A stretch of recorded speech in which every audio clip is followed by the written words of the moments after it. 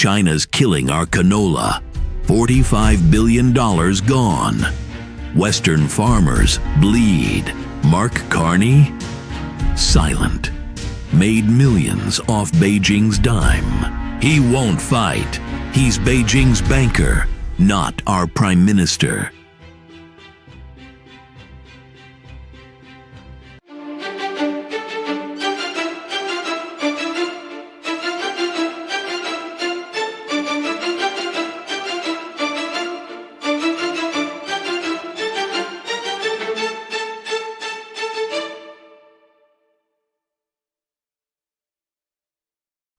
Good evening, Western Standard viewers, and welcome to Hannaford, a weekly politics show.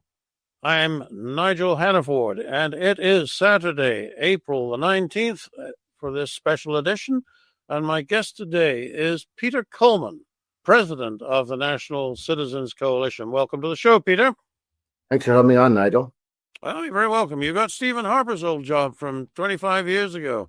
You contemplating making a switch into politics one of these days? I'm not as capable as Harper is. It's been fun to be around him and get to know him as a person, and I think the country would be much better served if we had Harper back running the country now than what we have going on. Well, I think you hear loud amens from across the country with that. First, however, a word from our sponsors. This episode of Hannaford is sponsored by New World Precious Metals, based right here in Calgary. Years of inflationary money printing and rising debt have decimated the savings of the average Canadian. Gold and silver are the only currencies that have held their value for thousands of years. Last year saw 30% gains. New World Precious Metals offers unique platforms to help grow and protect your hard-earned wealth with gold and silver. Check them out at newworldpm.com.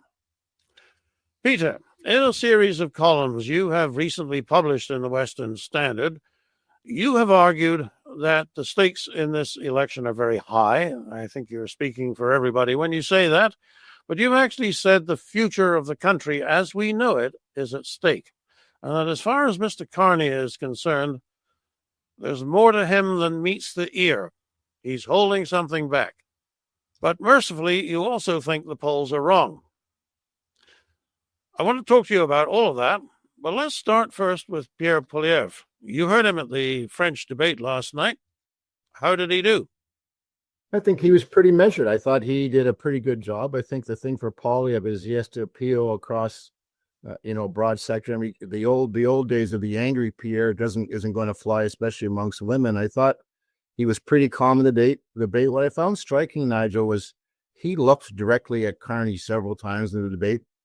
Carney wouldn't even look at Poilievre. The dislike there is palpable, and I don't think Carney likes being challenged by anybody. He's proven that with the media and questions he doesn't like, and I thought Pierre was good. I think he got across the agenda that Canada deserves better. We have all the resources in the world, Nigel, and we should be shipping them to world markets and being a lot more prosperous than we are, but Carney's agenda is not to get the oil out of the ground or natural gas shipped, and if he says different, he tries to come across as he's different depending where he's speaking. He's not a guy that wants to develop our resources. It's as simple as that. Yes.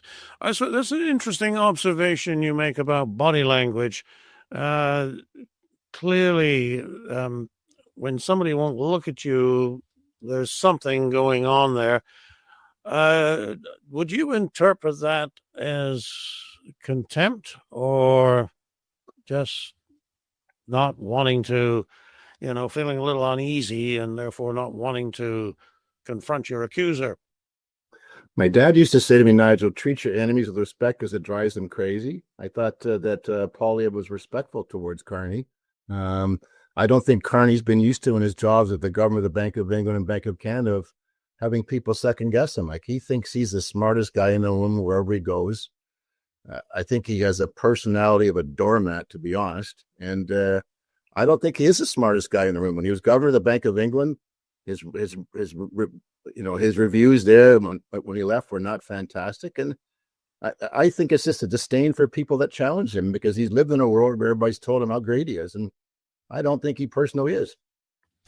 Well, you may be right. Certainly Prime Minister Liz Truss of Great Britain wrote a sort of an open letter to Canadians saying, "What are you thinking? Even considering making Mr. Carney Prime Minister, he didn't do us any good here in Great Britain." That, of course, is a partisan position, and but I'm beginning to wonder if she's right. Well, how about then, Mr. Carney, at the debate? His French is supposed to be not very good. This was a French language debate, but he went into it. How did he come out of it? I think he got okay, but in debates as well as I do, Nigel, there's always usually a sound bite that comes out of it. You can think back to John Turner and Brian Mulroney saying, "You had an option, sir." And last night when he said, "I just got here," I thought was telling. He's been an economic advisor for Trudeau for, 5 years? Yeah. He's trying to sort of whitewash everything the Liberals have done for the last 10 years, and as if it's not his problem, his fault. Well, as Poilievre said, he has the same cabinet, the same people, the same ideas, the same agenda. And I think he just thinks he can just run by, "I'm the greatest guy coming forward and vote for me," without his record's no different. His record's no better. And I didn't think, of course, when you're prime minister, you take the shots from everybody because that's their job and you've got to defend the incoming fire. But I didn't think Carney was great. I thought Singh was the worst by far of all the debaters, though. Well, he was, but then, with all due respect to him as an individual, as a politician, he no longer counts. His chance was 6 months ago. If he had decided to drop the Liberals at that point, he might have been looking here at a chance of becoming the leader of the opposition. But as it is, I gather from the polls that he'll be lucky to hold his own seat. But then you actually are not a big believer in the polls that show Mr. Carney ahead of Mr. Poilievre. Why would that be, Peter? I think what you're seeing now is the younger generation. I conclude the people sort of 45 and under, and the 35-year-old group that don't see a future as far as being able to afford a house, cost of living so high. I think the polls are undersampling those people and their desire to get out and vote. I think they're going to vote in droves and surprise people. The Conservatives are strongly ahead in that category. They're behind with the boomers for some reason. But you're seeing more and more ads now, Nigel, online saying young kids going to their parents and saying, and it's ads we've taken forward too, is you need to give your kids a better future. And a better future is not 10 more years of the same. Your kids deserve responsible government like we had when Stephen Harper was prime minister. And to be honest, John Cretin, for a matter of fact, he was a decent prime minister in a lot of regards compared to what the Liberal Party is now. So I think the younger generation is going to go out and vote in numbers that haven't been seen before. And I think the polls that show that are not being represented as properly in the polling and the percentage that are showing right now. Well, that's an interesting proposition. Now, I've also heard it suggested that Conservatives are less likely to respond to a pollster. Either they just resent the intrusion and don't even pick up the phone, or else they think my ideas are my own and you don't have a right to ask, and that there's a bias that would tend to present against Conservatives in polls for those kinds of reasons. Have you any reason to think that the polls are skewed like that? I think there's a lot of quiet Conservatives there. But if you look at what's going on here in Ontario, I mean, it's ironic. Every sign you see damaged, in the GTA, the 905, they're always Conservative signs. They're always ones that are taken down. I think a lot of people that are going to vote Conservative are reluctant to put signs up and do that because they don't want to be harassed and bothered by that. And I think that's the same with, to your point, Nigel, the polling is, how are they getting at these younger people under 45 that really don't spend any time they don't have a landline? I know the pollsters try and get through online polling, which isn't very accurate, landlines, cell phones. But I think that generation that's voting for the Conservatives now, which used to be Liberal in 2015, to be honest, are much tougher to reach. They're busy, they're working. And as you said, they have no interest in talking to pollsters. Yes, well, and they also tend to draw their information from different sources than the older generation, which, according to our discussion just now, does answer the polls. they tend to take their information from social media, Twitter, Facebook, online newspapers such as the Western Standard here. Whereas if I could compose a stereotype of the older voter, and I'm thinking of his, 75-year-old grandmother who watches the CBC, doesn't get a newspaper anymore, but really all she knows about what is going on is from the CBC, as opposed to her granddaughter or her grandson, who is constantly on the phone scrolling through to see what there is. They would tend to come to different conclusions. And the grandmother, is more likely to pick up the phone and talk to the pollster, and the younger person wouldn't do that, but they would get out and vote because they're mad because they don't have a job, or they don't have a chance, or they do have a job and they can't buy a house, and all the rage that you were talking about there. So when we're talking about the accuracy of the polls, I think your position is we can't really trust them. Well, look, I think your stereotype of the older voter is exactly right. That's why people should listen to like you and the Western Standard, Nigel, because CBC has obviously a clear bias, as most of the legacy media does. The online media tends to, as much as CBC people hate it, the online media tends to present the facts.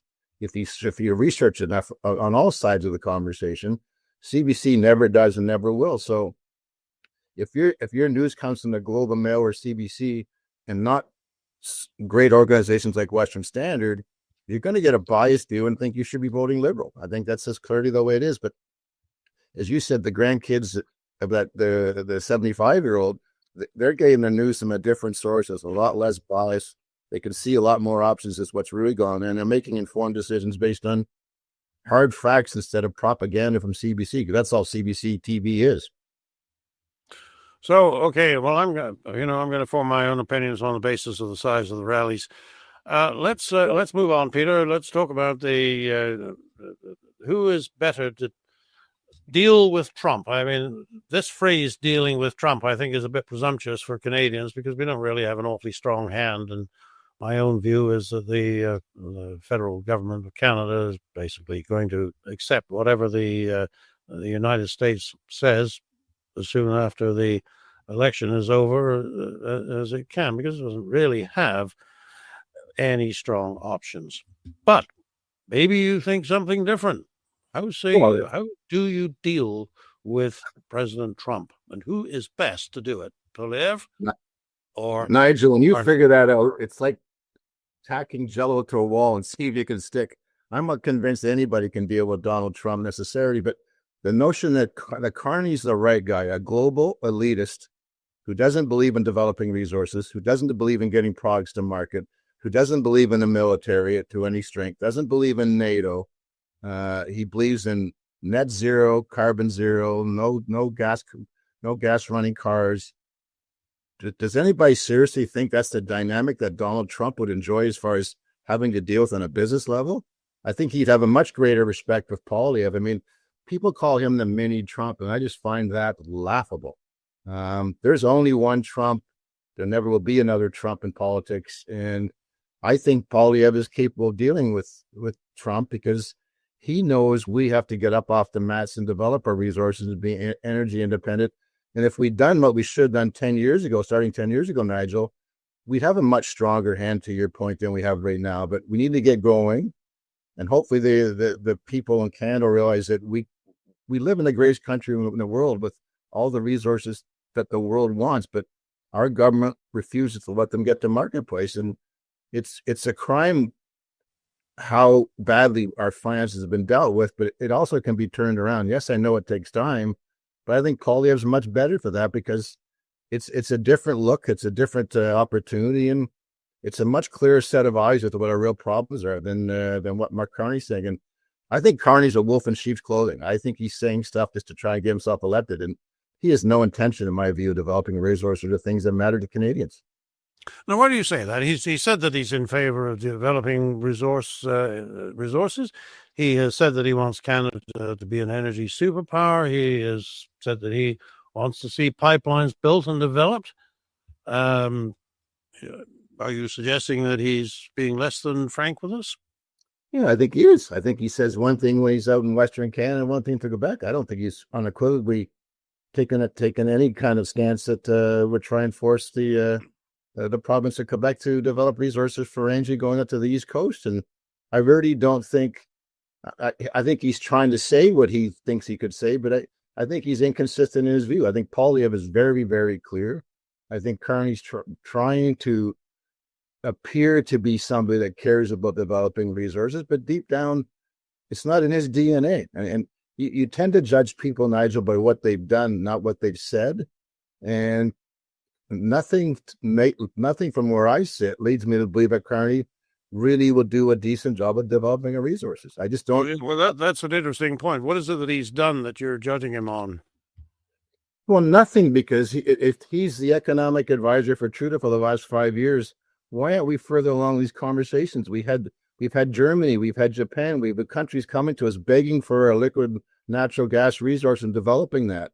All he's done is overseen, which he did when he's Bank of Governor, Bank of England, is print money, is create inflation. There's been zero fiscal responsibility at all. It hasn't got any better. It's gotten worse. The old, budgets will balance themselves from Trudeau. Well, Carney's been driving the getaway car too, Nigel. He hasn't been doing anything about it from background scenes, and he wants to say, "I just got here. It's not me." Well, that's a bunch of crap. He's been involved with this for years, and it's just so. Count me as a skeptic as far as believing Carney will do what he's supposed to do as far as that. Okay, now you're writing a series of articles for us during the election campaign. I mentioned 3 of them before. You're working on another one right now. Where are you, as you draw your thoughts together from this election campaign? I mean, we're 11 days away from the vote as we speak, 9 days away from as we broadcast. Peter, you've got a limited amount of time to get your message across. What is, in one sentence, what is the message that the National Citizens Coalition wants to drive home as we head for the vote? We can't afford 10 more years of the same. I'm sorry, say that again? We can't afford 10 more years of the same policies. We need a different look and a different vision. Yeah. Well, that certainly is the here at the Western Standard. That would be precisely what we would say. I think is one of the astonishing things. Maybe you can comment on this. That people who don't want change didn't want change 10 years ago either. Now they have got it, and they have accepted it. Is there something about the Canadian voter who just doesn't care to take a strong position on anything? Some people do, but enough don't, that you can just drift through constantly accepting the status quo. I think there's a lot of progressive voters in this country that don't understand, if you want to take care of the poor, you have to create wealth. I mean, we all see in our cities people that are living on the street that have issues with drugs. And it's really hard to watch that kind of thing, realizing, we deserve so much better than we have right now. But there is a large segment of the population, unfortunately, too large in my view, that thinks the government can just take care of them and take care of their well-being and take care of their ability to get along and go forward in life. And there's a lot better options if we can get the economy growing and humming. Everybody can be clearly better off than we are right now. And that's the concern. Do people say, well, Poilievre scares me? They can't tell you why he scares me. I think Carney's far scarier than Poilievre on any measurable statistic. And you can certainly explain why. In one of your columns recently, you said that you actually feared for the country as we know it. The future of the country as we know it is at stake.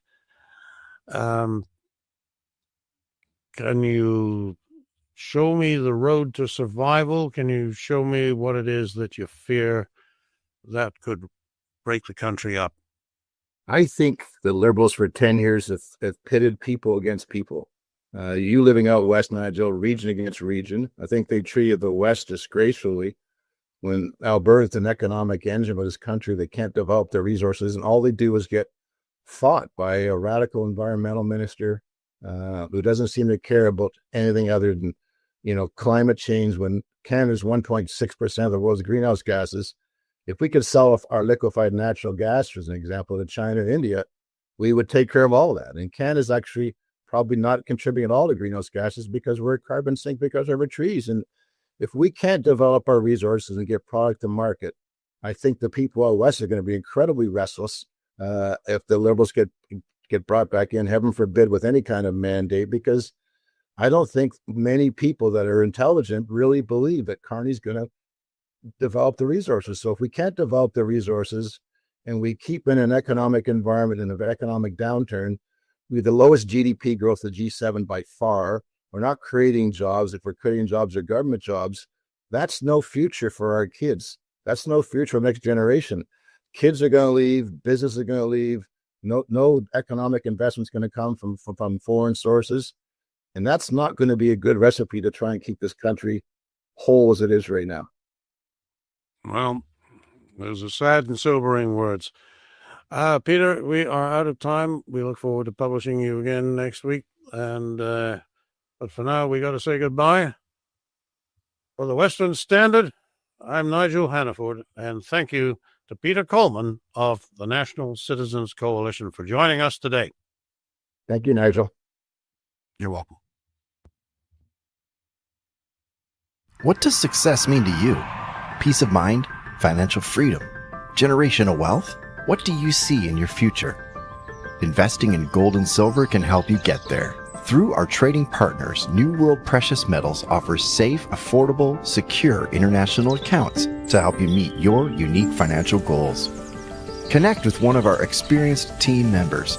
Invest in gold and silver today.